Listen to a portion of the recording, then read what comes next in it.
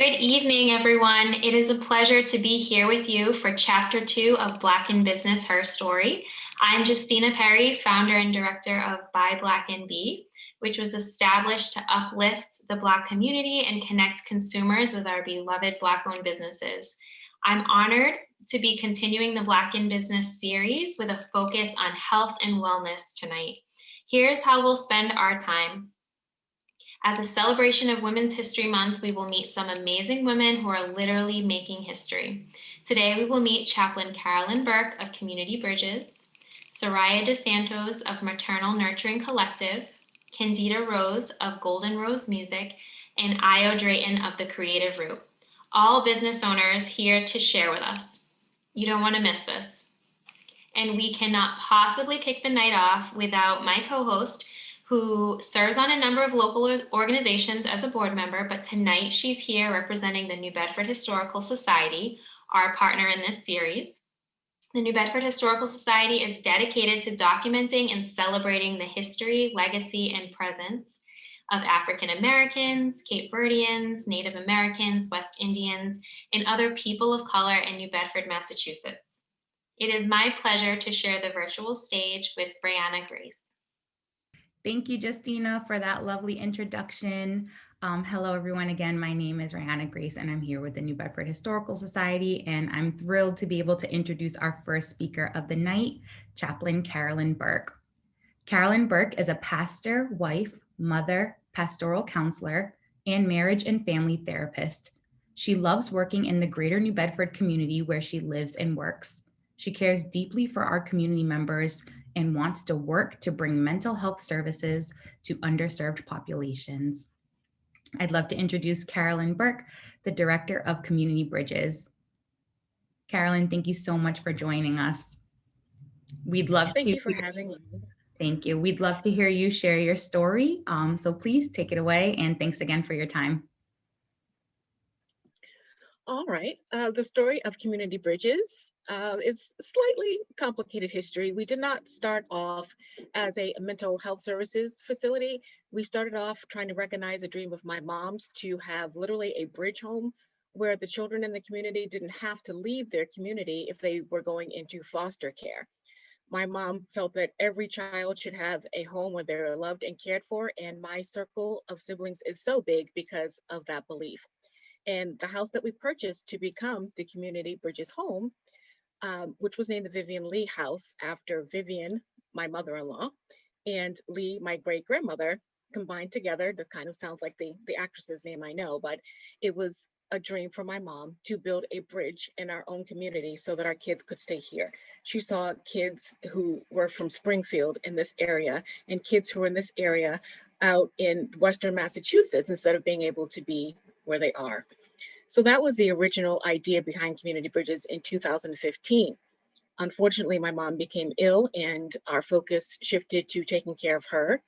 My husband was wonderful about everything. We moved into the house and we've kind of been here on and off ever since. And in honor of my mom, I wanted to be able to do something more. She raised us to serve. In our family, you either are in the military, or serving with the fire department, or you're in the medical field somehow. And so I am a United States Navy trained chemist and absolutely loved it. Didn't think there could be anything better than working to make sure that our sailors, soldiers, and their families were safe and cared for. And then I became injured and was told that I couldn't do a lot of things any longer, but I'm not the person that you tell can't do something. So I went back to school and I got a master's in environmental science and then realized that walking around outside might be a little bit difficult. Went back to school, got a master's in licensed professional counseling.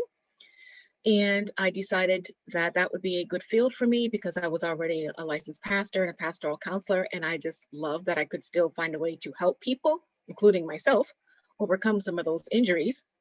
And I partnered with Charles Jones, an African-American male from Liberia, who is just an amazing counselor, another amazing man of God, who is just, I find, fabulous. And he's a husband and a father and an excellent role model for young males who, you know, have been a little bit leery of going into counseling. There's someone right there for you. He's wonderful. and Jennifer Morris-Pina, who is a life coach. She specializes in career coaching because she's passionate about people being able to get out of their current environment by training and finding a career that they absolutely love, so that it's not such a strain to get up and go out every morning and go to work. But she also is a master life coach and can help in other areas as well. And we also have two therapeutic mentors, Geneva and Bryce, who work with the clinicians to further their treatment plan and help them along. And so we have like a nice team and community, literally community, that's there to help people in this area.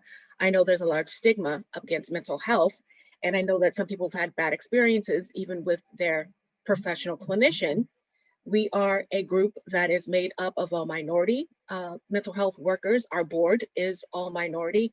And while we will work happily with any client, we are very happy to provide services for underprivileged and underserved communities that have either had past issues with mental health providers or have not had access to mental health providers.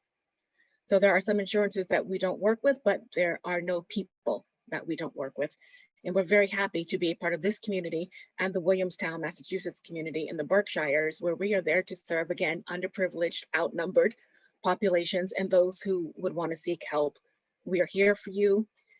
Please contact us. We have a website, we're on social media, and we would love to be able to help you because it's all right to seek help. Your life can improve. What you envision for your future, you can have if you're willing to put in the work. So we are here for you. We hope to grow more in the area as time goes on, and we grow by providing more services for more people. So give it a try, see how you like it, and get ready to do the work. Community Bridges is here for this community. We're here for both communities, and we'd love to have the opportunity to work with you. Thank you, Carolyn. That was amazing, really, really great. And really, I appreciated hearing the part of your story where you said you were injured and that doctor told the wrong person that they had to stay inactive, or they had to cool down, because that is not who you are. So I loved you sharing that part of your story. And I think that, yeah, speaks volumes to your character and the person that you are. So thank you. And I love how you came about the name of your home, bringing in both the name of your mother-in-law and grandmother. So really special. Great. So if you don't mind, I'd love to just ask you a couple of questions and just have a little back and forth to learn more and hear your perspective. So the first question I have is, and you touched on this a little bit with the stigma, but oftentimes in the Black community, we see a tension between needing therapy and needing prayer. And so as both a chaplain and a therapist, do you see your roles intersecting? Is there any crossover between both hats that you wear?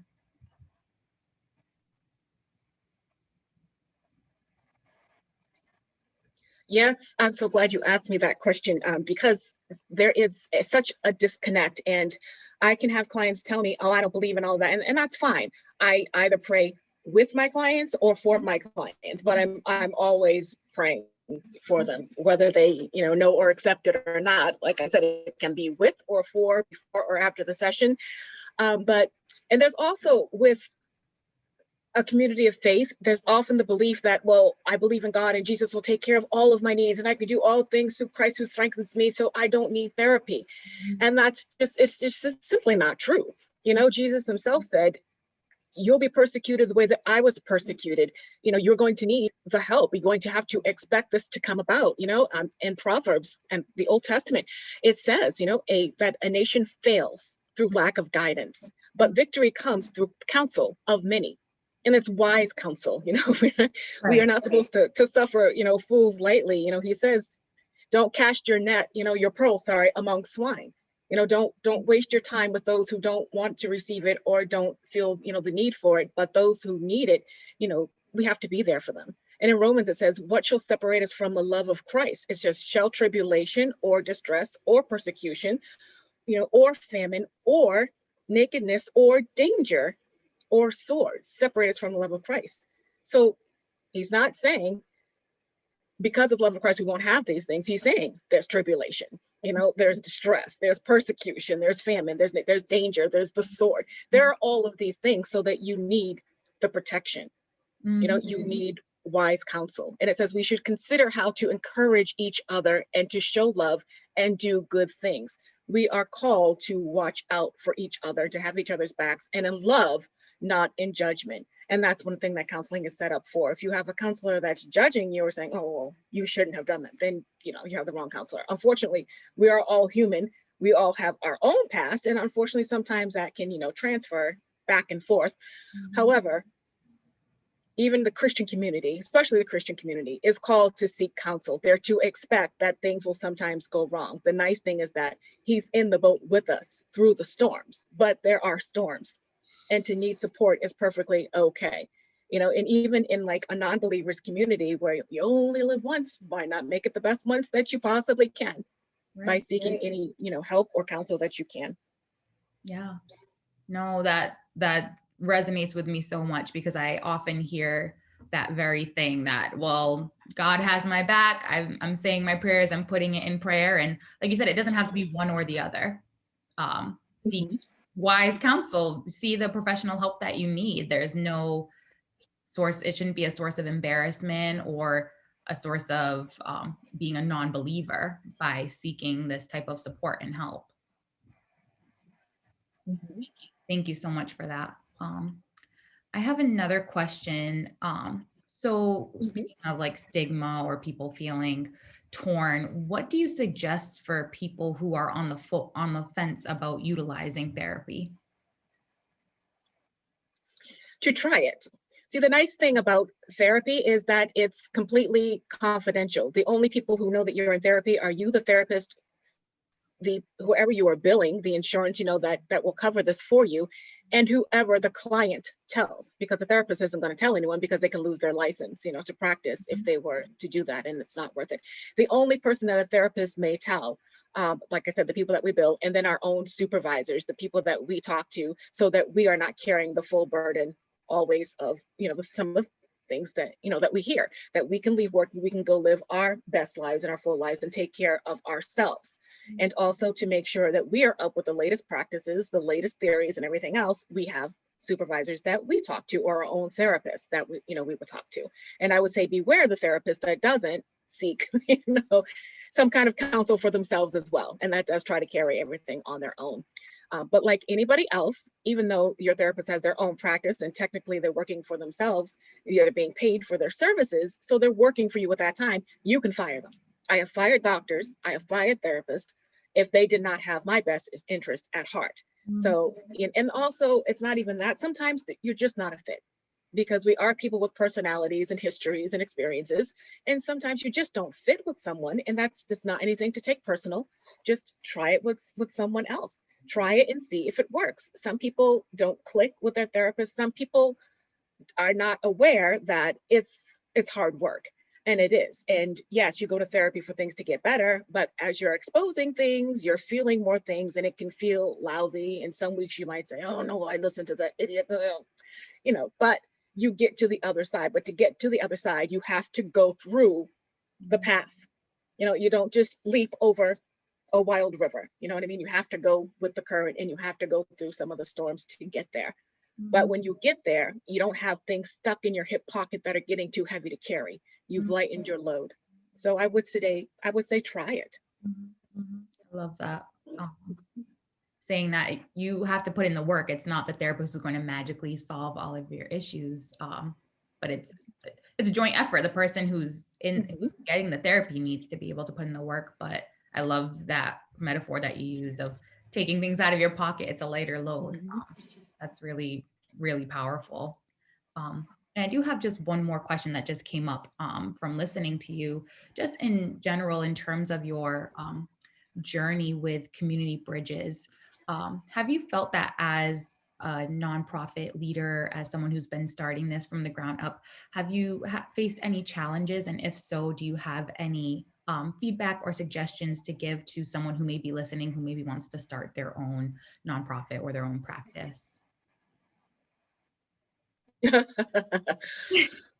the lottery so that you can hire someone who knows what they are doing so that you can hire an attorney, a nonprofit attorney, so that you can pay all of the fees, so that you make sure you have all of the insurances and everything that you need, because mine was completely trial and error. As from being United States Navy chemist to being disabled and trying to start your own business with your own money and no knowledge. Okay, so I have a lot of book knowledge. I have a whole lot of faith, and God is working it out for me, but I have no idea about business. So that's an area where I had to seek counsel, because I believe in being in my lane, and my lane is pastoring and counseling. And I have asked, you're one of the people that I have asked questions to. I believe in reaching out for help to find out what you need to make sure, now I know I have my insurances. I know I have my, my pastoral license, and I'm working on my marriage and family license. And you just have to make sure all of your ducks are in a row. I've applied for several grants, because right now there's like 60% of our practice is pro bono. And while we love that, it would be nice to know in advance that insurance doesn't work with outside providers. Right. But we've established them, so we're not going to tell them you can't come here because you can't pay. No, we would never do that. So, but it's also nice to get paid for your effort, just so that you can, keep your electronic health record up to date. You can keep your insurances up to date. You can take your test for more licensing, and you can expand your business. You can advertise and do all the things that, you need to do. And everybody has enough technology to be able to continue to take on clients. So I would just say, have someone in your corner who knows what they're doing. Partner with people, because you can't do everything yourself. Something's gonna slip. We don't juggle, we balance. And to balance, usually you need someone on each side of the seesaw. So at least two of you partner with somebody who knows what they're doing, would be my suggestion. And ask for help when you need it. Great.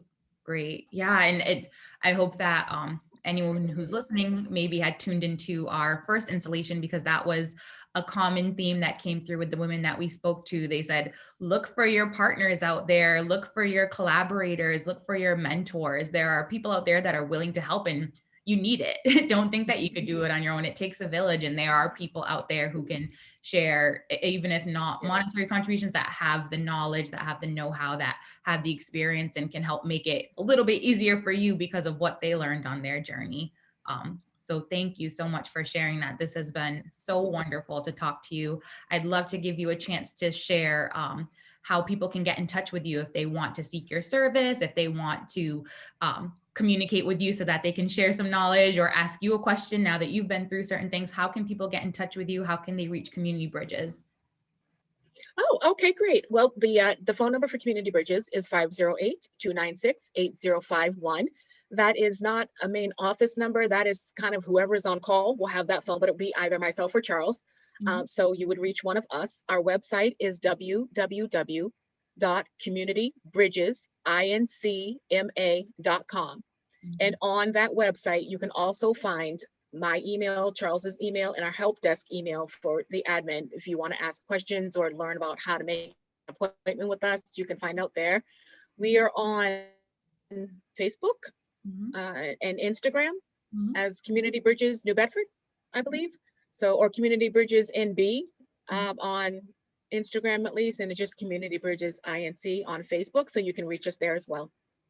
Wonderful. Well, thank you again, Carolyn. This was so informational and really just great to hear your story and how other people can benefit from working with you as a resource. So I thank you for your time. This was really just a great lesson for all of us, I think. So thank you again, and we hope to hear from you soon. For everyone listening, please check out their website, call them, or check out their social media. So thanks again, Carolyn, and I'm excited to pass it over to Justina to hear from our next speaker. All right, next up, we have Soraya DosSantos. She is a postpartum care facilitator. Through her rebirth as a mother over 3 years ago, she was called on a unique mission to support mothers in their sacred birthing experiences. She's on fire about creating and transforming the paradigm of postpartum and how we understand the changes during and throughout the birthing continuum, the essentials to support mothers to thrive throughout their motherhood journey. Soraya co-founded the Maternal Nurturing Collective to provide spiritually centered care and nurturance to mothers as they participate in reviving their God-given power and purpose through childbirth. She currently practices as a trained mental health counselor, specializing in maternal well-being and health in New Bedford. Soraya believes that if the mother is thriving, so is the family, community, and society. She currently lives in the South Coast with her family, although she calls Cabo Verde home. Welcome, Soraya. I will turn it over to you now. Thank you so much for being here. Thank you, Justina. Always an honor to be in space and community with you.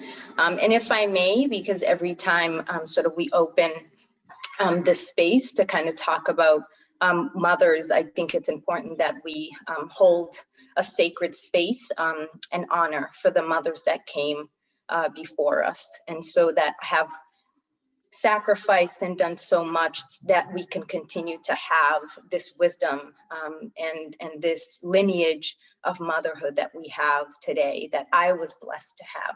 So I honor those that have come before me and those that will come after me. And such a pleasure to be able to be in this space to talk about Maternal Nurturing Collective. She really came to me embodying this beautiful, sacred femininity that I actually am learning. Just like motherhood is this process of learning, growing, and letting go. There's sort of this refining and pruning, as well as this trial and error. She came to me embodying so many different things. And I am now sort of taking the time to be in relationship, to be in community with her, no different than the phases that I had to go through early on after I brought forth my son into this world. And it was this piece of really taking time to recognize that not only did my son come into the world, but that also that there was a rebirth of a new identity in me. I was not a mother before, and so had gone through this initiation that I call from maiden to mother. And so Maternal Nurturing Collective is this beautiful sacred process of helping mothers really connect to what is this calling of motherhood, and how do we navigate what I call the sacred complexity of motherhood that is multifaceted. It has very different, many aspects, many dynamics, but that what is really happening on a biological and a physiological level is this beautiful transformative process where the mother is really learning what her role is and learning sort of this identity of not just being a mother, but being a caretaker and being sort of in this co-creation cycle with God, which I think is something that is so beautiful. And we know that that can be really challenging in very industrialized modern world. Birth and motherhood and postpartum has been very industrialized. And so one of the things that I've been tracking is that many mothers, the process of initiation looks very different. And so Maternal Nurturing Collective is really here to nurture. She is here to support the mother to embody her rebirth and to really connect within. Because I believe that I am not the expert here. I am a student, which is specifically why I call myself a postpartum care facilitator and a mother keeper, or as not a doula, but a bila. And so just being with mother, honoring her journey, and really supporting her to understand what are the various aspects of her journey that is important to have, so that she can have the utmost powerful nurturing environment for her and for her child, to allow God's given, sort of purpose to transmute and to just be present throughout the sacred, sort of time frame of postpartum, which postpartum is just the time after birth. And so for those that are tuning in, even if it's like 30 years ago, you're 30 years postpartum. It's been 30 years since you brought forth life into this world. And so, yes, so Maternal Nurturing Collective has a number of different things that she is going to she is waiting and excited to share her wisdom with the community. And that is, sort of being able to really bring forth sort of these traditional and innate practices that we have forgotten because of modern industrialization. We won't be able to go back to sort of the way in which we were as villagers long time ago. And we don't necessarily want that, but we really want to revitalize this healthy nurture and nature sense of journey and passage during and throughout the postpartum period. And so one of the things that Maternal Nurturing Collective does have coming up is actually a 6 weeks postpartum preparation series. This is where we sort of really go into understanding really who is this Maternal Nurturing Collective, and what is this call? What is this calling that our physiological blueprint asks of us, and what is this beautiful, majestic design that God has created? Because I say that the mother is not broken. There is no flaw in the system, but we really need to understand what is this system. We need to understand from this beautiful, sacred, and also very feminine process, what are these various things that's happening to the mother physiologically and biologically? Because the more we are able to understand our feminine divine power and strength, then we can really transition into the time of postpartum with not only ease and grace, but that we can really thrive throughout the postpartum and motherhood lifespan. All right. Well, thank you so much for giving us some background on Maternal Nurturing Collective. And I know that that's such an important service, and it's a resource for people who are growing their families or planning to start families. So thank you so much for talking about that. And we have a couple of questions. Yes. So I'll start. My first question is with starting your business, because I know you're a new entrepreneur, and wondering about what has been the one of the most challenging aspects of starting a business. Yeah, such a great question. And I would say that, sort of just thinking about the word challenge, that oftentimes, especially in today's world, we see it from this like very masculine perspective, but I really, sort of bring in this really feminine and this beautiful process of growth. And that growth is not, sort of linear. It's a process and it's a journey. And so I've had a number of different, sort of learning curves starting off a business. I'm not, I had to learn how to be an entrepreneur. And so really it has been sort of shifting my understanding of, and for those that know me, because I had also gone through E4All, will probably, like, I can already feel it. Folks reminded me of, like, when I started off, I wanted to actually just, sort of share this wisdom with every and anybody, and not to sort of have it in a structure, a containment of business, because I felt that was very masculine. And I wanted nothing to do with that.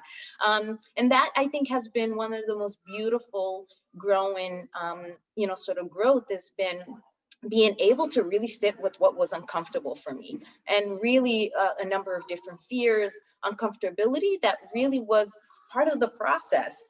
And so I've been really embracing, not necessarily to say the challenges, but just that this is a new process and it's a new journey, and there is trial and error. And the only way that I'm going to learn is by actually doing. So that's, and it's been the greatest gift and blessing.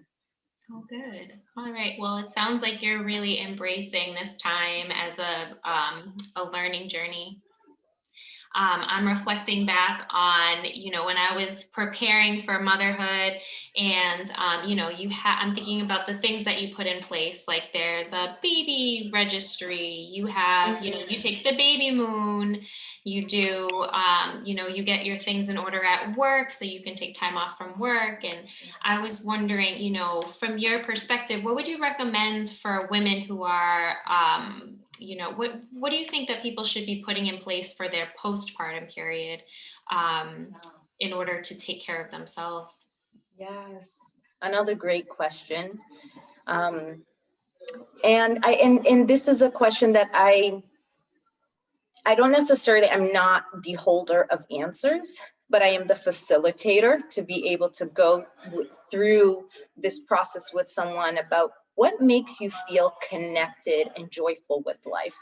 And so being able to, the same way we think about, just as you said, the baby moon, the baby shower, and all of these, sort of beautiful celebration, right? Celebration of the baby, the, sort of burthened person and the non-burthened person.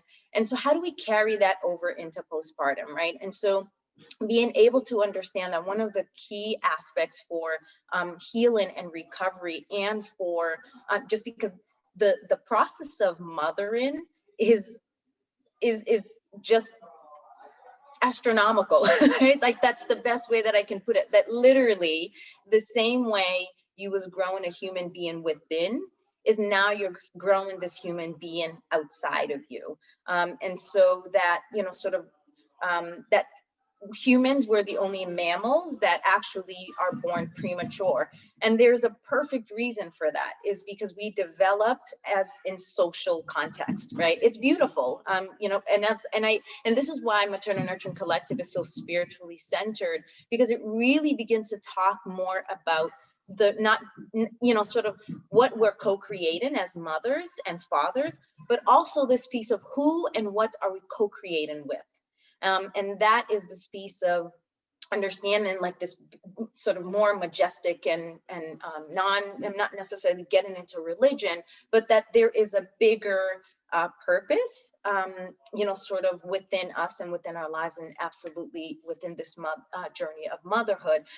And so what I would say is, sort of for the mother, the burden and the non-burden partner, to really kind of talk about what would they need in order to do this amazing and beautiful and so hard, astronomical work of growing and developing not only the baby, but also this identity of, sort of a parent. And so to think about what are those things that you would want and need. And we also know, because we are social beings, we cannot parent outside the context of a village. Now that is, of course, we know that, right? The cliche, it takes a village to raise a family, but the reality of it is that the nuclear family is the biggest hoax, right? That industrialization and sort of being able to sort of this whole social construct of nuclear family has really robbed us, sort of burden individuals, mothers, fathers, caretakers, of this reality that we actually really need to be a part of a village in order to be the best parents that we're actually in the growing process of becoming. And so one of the things that I always say is start revitalizing your village from the moment you conceive. And one of the things is what I call the art of asking for help. We live in a very independent, overly independent, sort of individualistic, may I also say very self-centered society, that oftentimes we're kind of like, I can do all things on my own, and asking for help, believe it or not, is one of the most challenging things. It brings up a lot of shame, a lot of guilt. So I tell, sort of individual, start practicing that, because that's also something that we have to learn. And the way that we learn is just to be able to have this practice. So being able to, just as you described, the baby moon, one of the things that I love is rituals and ceremony. Mother blessing, right? Like this day that you bring your community, your villagers together, and you begin to kind of talk about postpartum. You begin to talk about this time after birth. And I may I add, Justina, because I hear this a lot when we say postpartum, automatically what comes to mind is perinatal mood and anxiety disorder, emotional complication. Postpartum is not that. Postpartum means the time after birth. And so I always say, I can't emphasize that enough. And so being able to just like literally like nurture yourself during this time of transition so that it can be with ease and grace. And for the mother and the father's full focus and concentration can be what it is, sort of this cyclical and this process of growing life within and outside of the body. And so yes, revitalizing village, having, sort of mother blessing. And what that looks like is inviting people over, inviting your close family and friends, and start to really practice asking for help. Who could come over and do laundry for me once a week? Who could, sort of like, let's create a meal train. Who could sign up for these particular meals? So, and those are the various pieces that Maternal Nurturing Collective will be launching, is really that taking the expertise out of me, because really the mothers and the families are the experts. And so being able to really, sort of witness and be with them of like, how do you want to experience this time? How do you want it to look like? But also being able to have some very critical information, as we oftentimes say, we have a baby and we don't have a manual. I say, no, we do have a manual. And that manual is actually the physiological blueprint of the mother. If we really look at what's happening in the brain, the shifts in hormones, I mean, beautiful things are happening there. So stay tuned, just because there's various, sort of workshops and programs that Maternal Nurturing Collective will be rolling out to share this wisdom, or actually this deep remembrance that we all carry within, to be able to bring it out. Yes. That's such good advice, and it sounds like there will be some amazing opportunities for people to learn and find support within Maternal Nurturing Collective. And so I think, we've got to start shifting from thinking about making just a birthing plan to also a postpartum plan. Absolutely. So important. So important. Yes. Well, thank you so much, Soraya, for being here with us today. I've loved hearing about your new business initiative, and we're so lucky to have this here on the South Coast. And we're lucky to have all of the mothers in the South Coast too. And so, because they're our greatest teachers. So I thank all of the mothers, and you, especially you as well. Thank you, Justina. Thank you. Thank you for being with us. Pleasure. Okay, next we have born and raised in New Bedford, Candida Rose Baptista, musically known simply as Candida Rose, is a second-generation American-born Cape Verdean. She is a vocalist, songwriter, entertainer, music and cultural educator, as well as a mother and grandmother.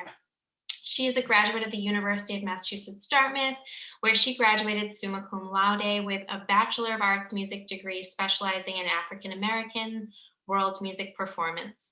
With a minor in African American studies, she earned a Master of Science degree in Transnational Cultural and Community Studies from UMass Boston. Candida spends her days traveling the South Coast region of Massachusetts and Rhode Island as a life enrichment entertainer, performing for nursing home, assisted living, and adult daycare facilities, as well as for various senior groups and associations.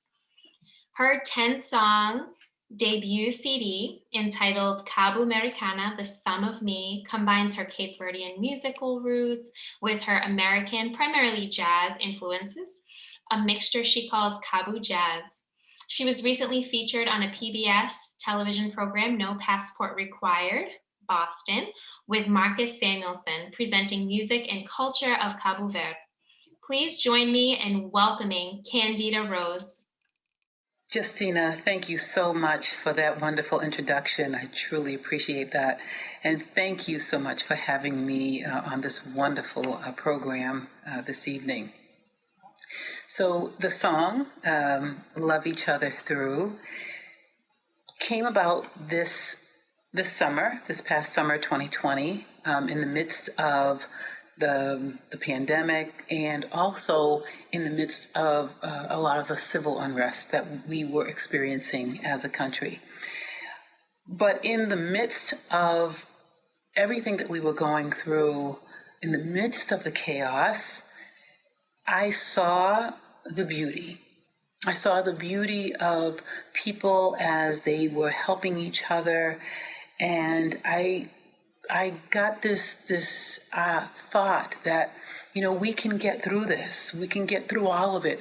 All we need to do is just to love each other through, to continue to help each other, to let each other know that from our humanity, that we understand, and we want to make things better. And so a way to do that is to just help each other and love each other through this. And so the song came to me. I think I was walking. I was taking a walk. I live by the ocean, and I was just thinking about this love each other through, because it became my mantra during the summer as I was performing for the facilities and the nursing homes that I worked for, and assisted living people that places that I sing for, and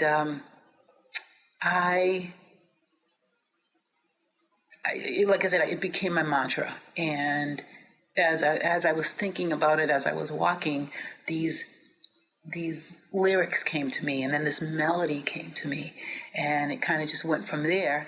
And I actually introduced it to a spiritual center that I am with, Unity Radiant Light, and we were doing a prosperity course, and I had said that I wanted to bring forth some songs that were in my heart, and this was one of them. And then I ended up singing it publicly for the first time for New Bedford's MLK program, with the blessings of the Martin Luther King Committee. So it's a song that I feel has a message. I feel like I'm just the vehicle for the message, that we just need to continue to come together and shine our light in whatever way that we can. So thank you for giving me this opportunity. The song will be officially released on April 16th, and so there will be some information on how to pre-order the single. It's going to be giving way to an offering of like 5 songs, and this is going to be coming more from my spiritual side. I know a lot of people know me as a Cape Verdean singer or an R&B singer, but this is definitely going to be more spiritually based. So you can find more information about me on my website, which is www.candidarose.net. I'm also on social media. You can find me on Facebook. I think I have an Instagram too. I think my niece works with me on that. So, but yeah, if you have any questions, you can, I'm sure Justina will send you on to me. So thank you again, Justina, for allowing me this opportunity. Thank you.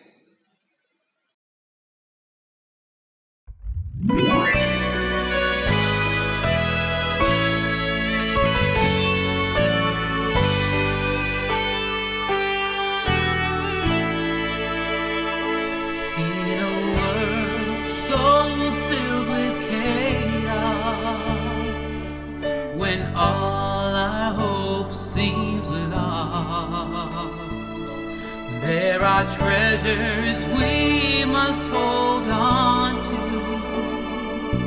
no matter what the cost. Compassion, kindness, and empathy, if we can only name a few, and for humanity's sake, love's the most precious in my view.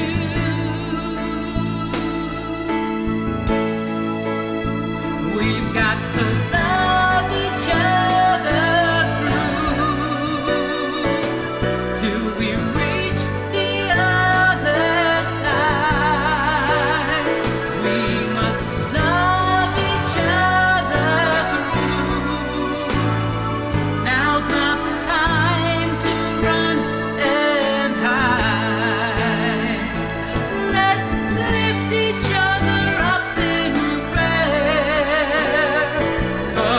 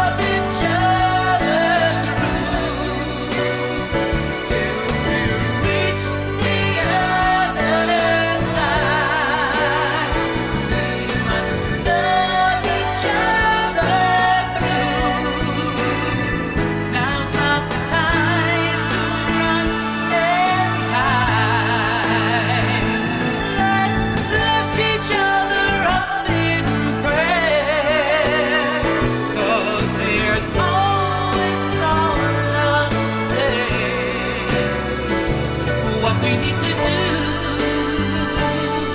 is love each other. What we need to do is love each other.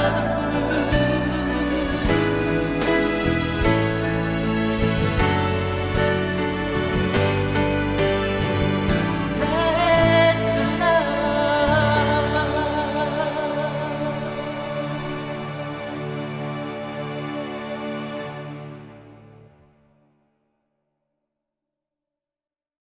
Oh, thank you so much, Candida, for that beautiful message of hope and for blessing us with your voice tonight. What an evening it's been so far. How are you feeling so far, Ayana, moving into the second half of our program? Yeah, I think it's been amazing to hear from everyone. And like you said, Candida's song, what a perfect time to hear a message like that. And really the message of supporting people and reaching out to people is definitely a common theme that we're hearing from our speakers tonight. And I think from the speakers that we had in our first installment, talking about reaching out to other women. Who can you find as a mentor? Who has the support or the services that can help you be your best self? So I really see it was a perfect song to choose for tonight because I really feel like it's tying into the other speakers' messages. Yes. And when I'm thinking and reflecting about Soraya's new initiative and her business, we're just really excited to hear about these holistic services that are going to be available for prenatal care, for postnatal care, and hearing from healthcare providers who are really focused on supporting women of color and just how important it is to have women of color to oversee our healthcare, I think is a really great option here in the South Coast. Yeah, and I appreciate that Soraya is, I would say, helping to empower women to use their voices to speak out about maybe experiences that they've had, and to share their messages to learn from and to help women who are going into an experience with motherhood or maternity.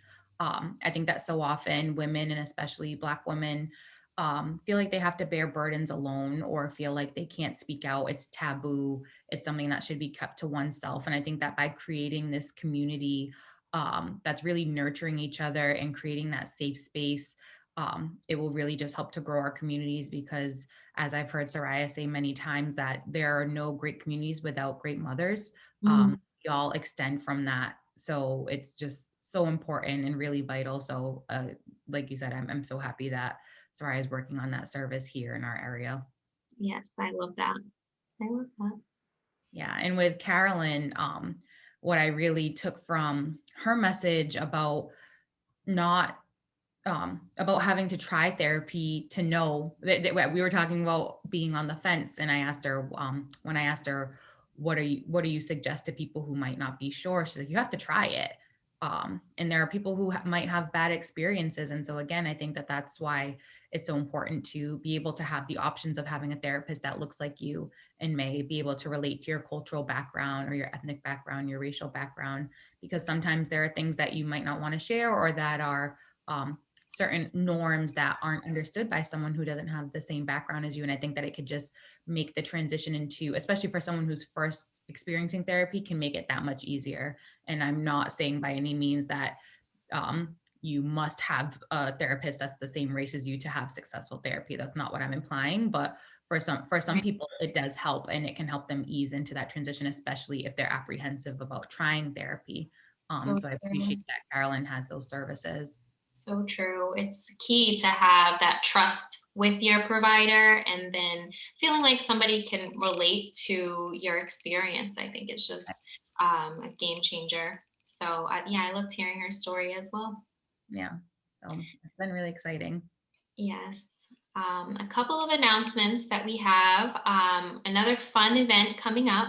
Buy Black and Be is partnering with South Coast Almanac on one of their walking book club events. The book On Her Ground, The Life and Times of Madam C.J. Walker by Alelia Bundles was named a New York Times notable book in 2001. In 2020, the book was adapted into the Netflix miniseries Self-Made, starring Octavia Spencer. We'll have an online discussion with author Miss Bundles, who's also Madam Walker's great-granddaughter, on May 12th at 7 p.m. The walk is on May 16th at 1 o'clock. And since this whole event is celebrating Black entrepreneurship, we'll be stopping by local Black-owned businesses, including a delicious treat from the baker himself, Brandon Roderick. The event is free, but please register to get more information and link into the online discussion. It's at southcoastalmanac.com/WBC. And we also ask that if you are enjoying our content, that you bookmark Buy Black NB for your go-to resource for shopping, or if you're looking to have work done on your house or your car, if you're looking to hire a professional or a healthcare provider. This is a key to economic equity and empowerment. Awesome. Thanks, Justina. And I just wanted to give a quick notice for an event coming up that the Historical Society is partnering with the New Bedford Art Museum, and in collaboration with the New Bedford Free Public Library, the New Bedford Whaling National Historical Park, UMass Dartmouth CVPA, and Massachusetts-based archivist Rememory Consulting. Proud to announce the show Uncommon Threads, the works of Ruth E. Carter, a solo exhibition celebrating Massachusetts-born Ruth E. Carter's 30-year career as an Academy Award-winning costume designer, and she won that award for Black Panther. The show will start on May 1st, 2021, and will run through November 14th, featuring costumes from Dolomite Is My Name, Roots, the reboot in 2016, Selma, Do the Right Thing, and Malcolm X. The exhibit will follow Carter's creative process and include sketches, mood boards, iconic costumes, and others from her Los Angeles studio. And it's exciting because Ruth Carter actually just got a star on the Hollywood Walk of Fame. So it's amazing that we'll have this exhibit right down here in New Bedford, and the Historical Society is really proud to partner with all of these awesome institutions to bring this here. It was supposed to be last year. So happy that we're able to work with the Art Museum and others to make it work for 2021. So definitely check out that exhibit once it's here in May, and we'll be here through mid-November. Wonderful. So save the date, everyone, and we will kick it off to our last speaker. All right, so that was a great conversation that we had. Thank you, Justina, for your time. And now I'm super excited and honored to be able to introduce our last speaker of the evening, Ayo Ngozi Drayton. Ayo is an herbalist, educator, artist, and historian. Trained as a clinician, she is an instructor at several community-based herbal schools and conferences, owns a small herbal business, The Creative Root, and runs the Planting Reparations Project, a reparations-based mutual aid initiative that redistributes plants and healing resources to Black people. Ayo is committed to learning from ancestral tradition, documenting herbal and cultural practices, and serving community. I'm so excited to welcome Ayo Drayton to our stage to talk about Creative Root and her work as an herbalist in the community. Hey there. Thank you so much for having me. I'm excited. So happy to have you. So gonna pass you the mic and would love to hear your story and anything like that you'd like to share with our listeners. Okay, so there are very few people who I think wake up and say, hey, I want to be an herbalist. And so for most of us, and myself included, it's been like kind of this long work life. This is my second career, maybe my third career officially, right? So for maybe 20 years or so before I was an herbalist, before I went back to school and did all of that formally, I was an artist. And so I worked as a visual artist, a performing artist. I did a lot of work in community, in arts nonprofits, mostly in the DC area. And that was my whole life. And then at a certain point, I realized I wasn't going to be able to retire. And I'd made this whole life as an artist, and I had to think about what I wanted to set up as my next career. And the only thing I was really interested in, as interested did as I was in the arts was in the plants and in nature and in, I guess what we would call holistic healing. Alternative medicine was something that my whole adulthood had been really important. Nutrition, eating well. So that was something that was a part of my whole young adulthood. And when I came to the point where I was ready to choose a second career that I was going to do until I was an old person, this was the thing that made sense to me. I heard an ad, I kept hearing this ad on NPR in the morning news show for a school that was not far from where I was living at the time. And something just said, go, check it out, apply. In the meantime, I made a trip to Nicaragua. And it was a whole mystical journey that we won't do right now. But the long story short, I met a couple of herbalists there. And just in conversation, not even about specific plants, but about what it is to do this kind of work, I came back really convinced that this is what I wanted to do. Came back and started a whole different life. At close to 40 years old, I went back to school and did a graduate degree. Before all of that, before being an artist, I'd done a degree in Black Studies. So I was actually born, well, I wasn't born in Amherst, but I was raised out west in Amherst, Massachusetts. And I lived there until I was 16, until I was out of high school. But at the time I was there, UMass was like a real, I don't know, it was a hotbed, you know, for the Black arts movement, for cultural work, for history, for Black studies, all of that. My parents and my father was a student. That's why we were there. And so that was always something that was super important for me. And so before I came to the arts, I went to an HBCU, I worked as a journalist, and then I did a degree in Black studies, really focusing on the arts and art history, and did that for years. You know, and so now fast forward years later, working as a practitioner and working as an herbalist and working as someone who works with plants. It's also been with the Creative Root, with this business that I have, it's also really been like this umbrella and a way to tie together all these different aspects, you know, of the way that I've worked. So it includes the history and it includes the creativity and the art making and the plant dyes and all of that, as well as the physiology and the medicines and the constituents and all that stuff that comes through kind of the Western training. So yeah, so I worked as an herbalist one-on-one as a practitioner with people for years, worked as a clinician, teaching other people who were in the process of becoming herbalists themselves. So kind of as a supervising faculty member. I worked for herb schools for several community-based herbal programs around the country and outside the states now. And all of it for me it is a business. It is a way that, you know, this is how I earn my bread and butter, but it also is very much about a community service to me and a community commitment. It's about kind of ancestral legacy. I come from a family that, you know, is full of herbalists. We're full of herbalists and full of cooks and full of musicians. So like all of that comes into the work. And yeah, so I'm here to do all of that through the business and be of service. And I find that education and writing, teaching, having these kinds of conversations is the best way for me to do that. Yeah, so that's how we got to where we are right now. Awesome. Thank you so much for sharing that story. It's so inspiring and great to hear your journey. I know that a lot of people I feel are getting more in tune with going back to nature, natural remedies, herbalism, teas, infusions, and things like that. So it's really great to hear how you've gotten here and your inspiration. So I wanted to just ask you a couple of questions that I wanted to just have a conversation with you. So my first question is, what are the most common misconceptions people have about herbalism, and how do you combat those misconceptions and educate others?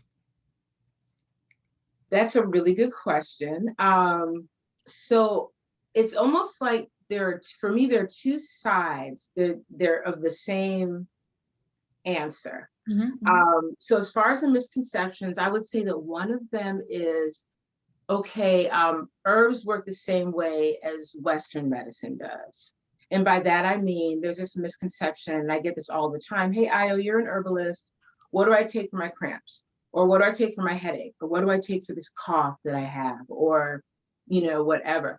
And that's not how any of this works. And it's an easy way that you can Google, and to a degree, yeah, there's certain things you're going to take for depression or for, a bellyache or whatever. But really, it comes down to what is the right plant and the right formulation and the right mix for this individual, with whatever symptoms they have, with whatever their health history is, for whatever their lifestyle is, because certain, like a tea is not going to work for everyone. Right. I once had a client who was an airline pilot, and he flew internationally. And so for him, teas were never, ever going to work because he couldn't leave to go to the bathroom, like literally, so it comes down to, it's not just, throw this herb at whatever ailment. So it's considering all of these things. It's considering what contraindications or interactions herbs can have. So it's really like an art and a science. It's old school in a lot of ways, but it's an art and it's a science. And I think that when we think about it that way, that is one way to really get at what this medicine is. And so that's one thing. And then the other thing is this. The other common misconception is that the herbs it's like the opposite. The herbs are nothing like medicine, right? So because it's natural, it's completely benign, it's completely harmless. It may or may not even be effective or real, and that's a misconception because this very much is, medicine. It contains chemicals, it contains constituents, it contains all kinds of things that often are very food-like and very gentle, on our systems. And then other times you might want to only take certain things in drop doses, because they are that powerful, or they do have that kind of movement in the body. So I think, you see what I mean? It's like these two sides of the same misconception in a way. And so as far as combating it, for me, one thing is that I have, it is the education. So, and that's one reason that I do so much teaching and less one-on-one work with people, because I find that you have to really, as a herbalist, what we're really doing is providing education to people. Right. When you sit down with an herbalist, it's like being with the old school practitioner, I don't know, a really long time ago. So you're going to sit down for 2 hours, and we're going to ask into how are you sleeping? How do you eat? What do you do with your stress? Who lives in your house with you? How are your bowel movements? The whole thing.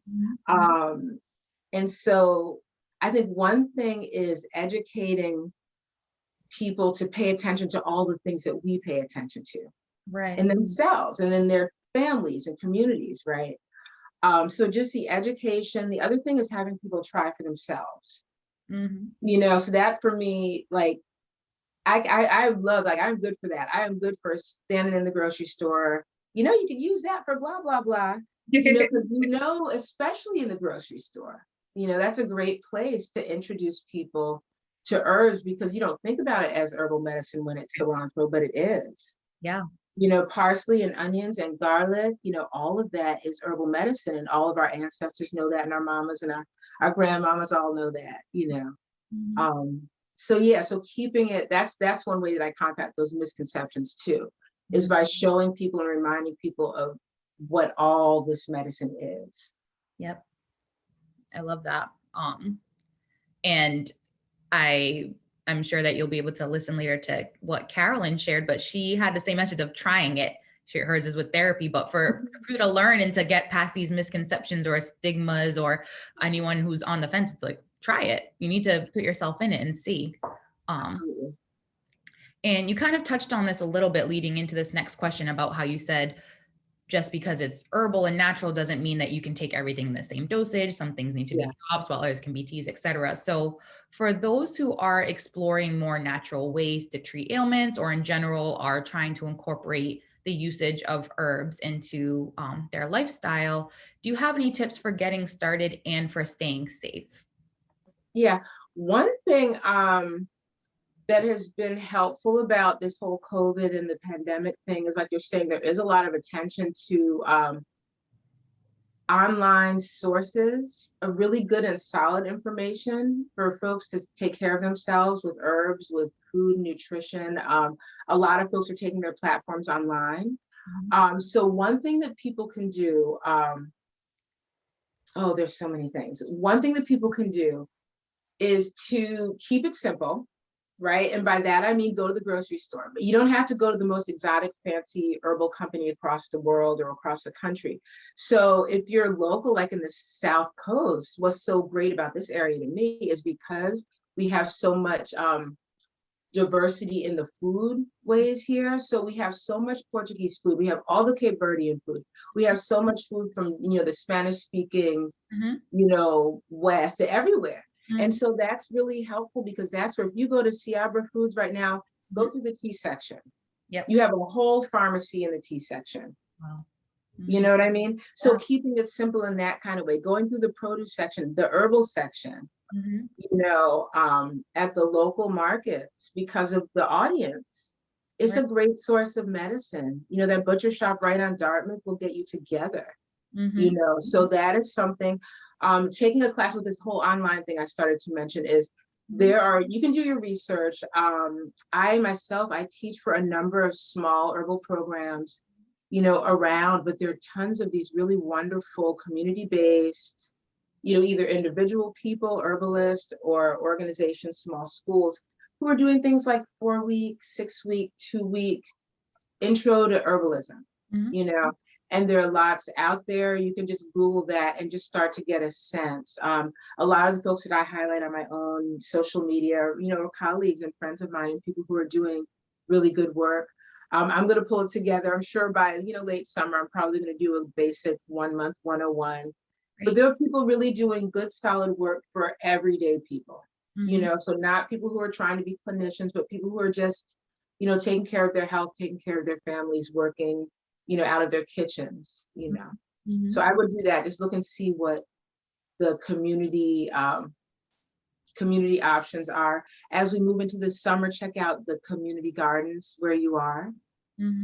That's a great wealth of information. Like the folks who are gardening, especially when they're older, have a lot of information, about the vegetables, about cooking things well, about what teas they use or used to take, all of that. So working the community gardens, and getting to know what's near you. Yeah. Like around this area, I was all excited about this tea. This is I'm so excited, all New Bedford, because I'm new here. When I moved, I started walking, just to see, because I moved from Savannah, Georgia. It's a whole different landscape, a whole different set of plants. So for me, it was like, what is here? And like these beach roses, y'all, people around the country fight to get these roses that we have right here. Wow. Right on the beach. Yeah. So that kind of thing, getting to know what's around and making little teas. It doesn't have to be hardcore, but little teas, little tinctures. You can go get some cachaça, make some little tinctures from that. So just real simple. Awesome. So great. Really, wow, just so informative. And I do have just one more question that I just was inspired in hearing your story. You said that you've had multiple career changes throughout your life. Do you have any advice for women who are out there who might be contemplating a career change, or maybe might be nervous or need the confidence to transition into a new field? Do you have any words of wisdom or something that you can share with anyone who might be listening? That's a really good question. I know for me, it's all been about relationships and making sure that I'm building relationships with, people, not just in my field, but people who know more than I do, about business, people who know more than I do about, taxes, about online stuff and websites, and not being afraid to ask for help. I feel like for me, I'm not naturally an entrepreneur. You know, like that's not my natural setting. Some people are like that. Like I have my younger brother is totally like that.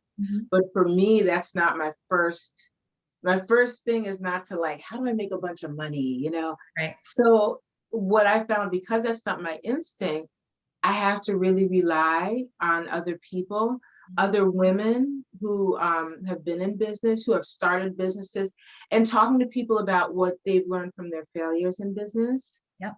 You know, for me, like making pivots, especially with COVID, Right. that was huge, because pre-COVID, I thought I was going to be doing something completely different with my herbal business here.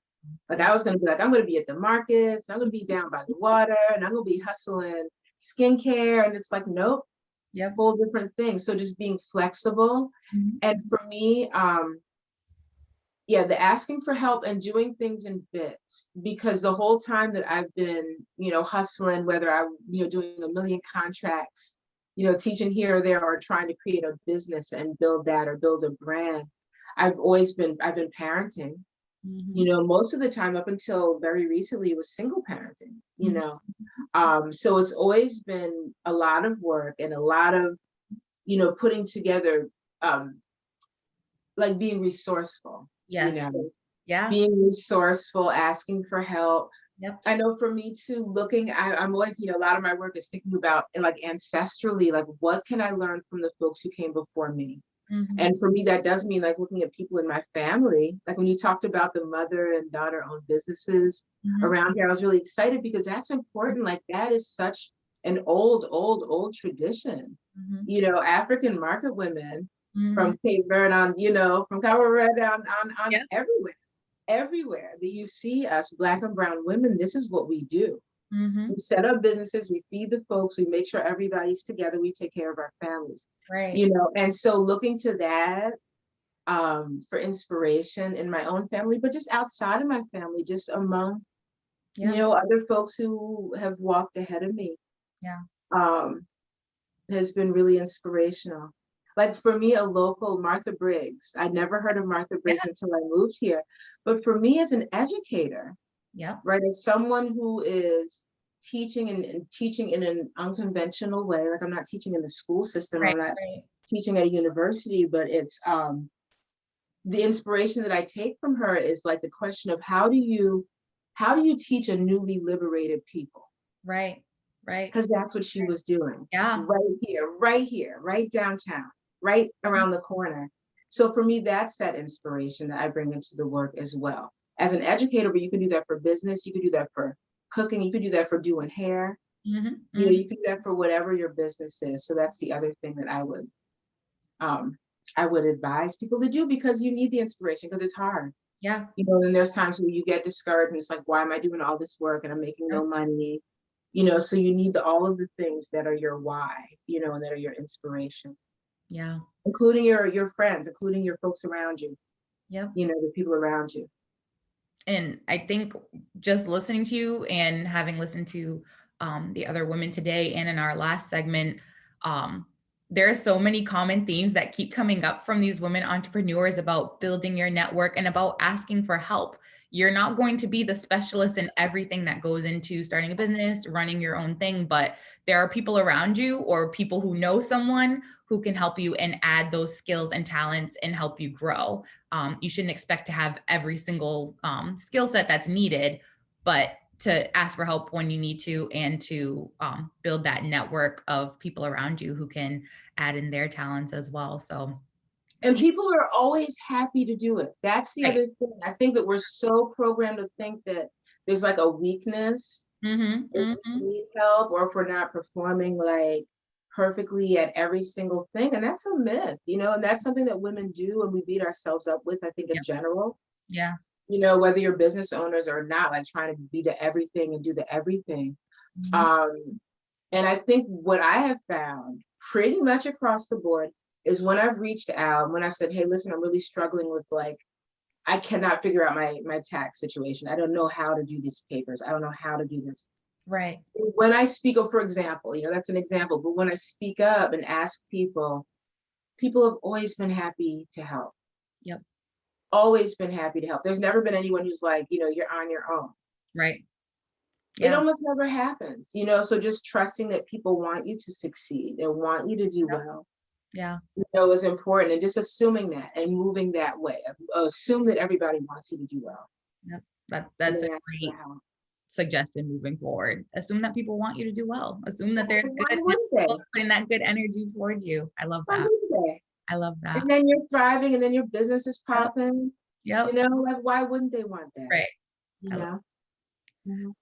So my last question for you is, you talked about potential herbal workshops.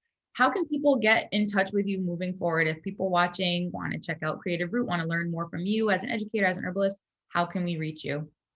Okay, so I have a website. It's www.thecreativeroot.net. So there's that. I'm on Instagram at ayo.herbalist. So AYO.herbalist, HERbalist.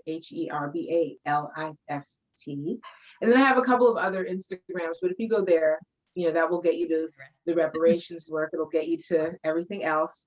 It'll get you to my doll houses. And then as far as teaching, I am teaching another round of a series of workshops called Healing Our Ancestors. That's been really amazing. And I've been doing it over the course of the last maybe couple of years, kind of really developing it. And so there's a lot of information about that on my website. The next round starts on April 5th. Great. So very soon. So go to my website and sign up. And so there's plenty there about that. And then also, if you go to my website, I'll make sure that my other teaching is there as well. So teaching through the Ancestral Apothecary School out in Berkeley, which is amazing. A great place for folks who are serious about their herbal practice and wanting to really dig in.